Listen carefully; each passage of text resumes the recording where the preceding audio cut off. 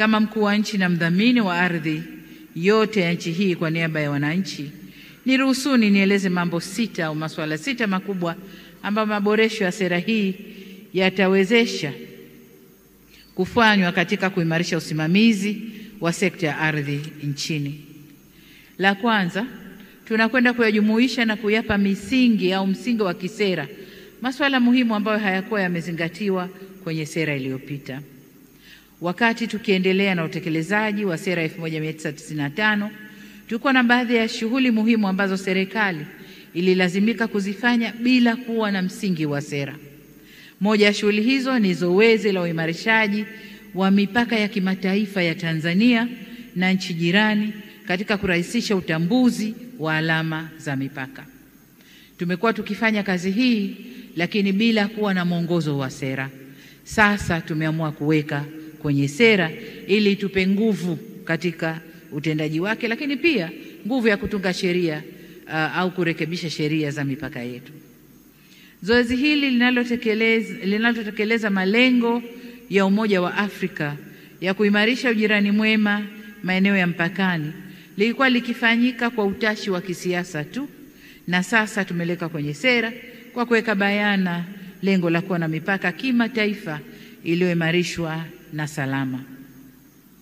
Vile vile, kwa kutambua fursa zinazoendelea kuongezeka kwenye uchumi wa buluu, sera hii imebainisha haja ya kuweka utaratibu wa kisera wa kusimamia uchumi wa rasilimali zilizoko kwenye maji kwa kupima na kumilikisha ardhi katika maji ili rasilimali hii itumike kwa ufanisi na tija na kuleta manufaa endelevu. Hivyo tumejumuisha kwenye sera lengo la kuweka utaratibu wa upimaji wa ardhi katika maji. Kwenye hili nadhani huwa mnasikia mara tunabishana na huyu, ziwa limesogea huku, ziwa limerudi huku, mara tunabishana na huyu, mto umezidi huku, huu umezidi huku. Kwa hiyo tunakwenda sasa kupima. Tunajua ni changamoto. Kuna diplomasia ya kutosha lazima itumike ili kuelewana na majirani na tuweze kupima na tujue Tanzania tunakwenda mpaka wapi na kuviepusha vizazi vyetu vijavyo na migogoro ya ardhi na mipaka huko baadaye. Aidha, tumekuwa na ongezeko la kiwango cha biashara kinachohusu sekta ya milki, yani real estate, na wadau wa sekta hiyo pia wameongezeka. Licha ya ukuaji huo, mchango wake kwenye pato la taifa umekuwa pia ila sio mkubwa ikilinganishwa na fursa zilizopo. Tuna fursa nyingi hatujazitambua. Sasa sera hii kwa miaka ijayo tunatarajia sekta ya milki itashuhudia ukuaji mkubwa sana. Hivyo tumejumuisha kwenye sera lengo la kuimarisha usimamizi wa soko la ardhi hapa nchini.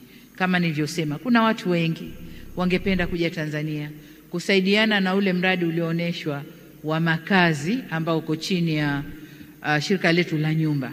Wangependa kuja sekta binafsi na wenyewe kujenga, lakini sera yetu haikuwa clear. Kwa sasa hivi tukisha kuweka sera, tunatunga sheria, waje wajenge, lakini si kwa kuamilikisha ardhi, ni kwa kodisha ardhi, na watusaidie kupunguza tatizo la makazi. Lakini jambo la pili, tunakwenda kuongeza kasi ya usajili wa ardhi. Licha ya hatua tulizopiga katika upimaji, takwimu zinaonyesha kuwa takriban 75%, amesema vizuri waziri, ya ardhi nchini bado haijasajiliwa. Hali hii sio tu inachangia upotevu wa mapato, bali inaleta pia hali ya kutokuwa na usawa, kwani baadhi ya wamiliki wa ardhi wanalipia umiliki wa ardhi na wengine hawalipii. Hii si sawa na sio haki. Katika hili tumebaini kwamba sera iliyopita haikuwa na sharti la kuwataka wamiliki kusajili ardhi yao. Sasa tunataka kila kipande cha ardhi ndani ya nchi hii kipangwe, kipimwe na kisajiliwe. Kwa wale mliokuwa na vijumba vyenu kule ambako mabwana ardhi hawafiki mara kwa mara, sasa kila mmoja anakwenda kupimiwa, anasajiliwa, na kila mwaka ukizunguka ardhi ile ailipie kama sheria zinavyosema. Katika kuwezesha hili, tutahakikisha kuwa upangaji, upimaji na umilikishaji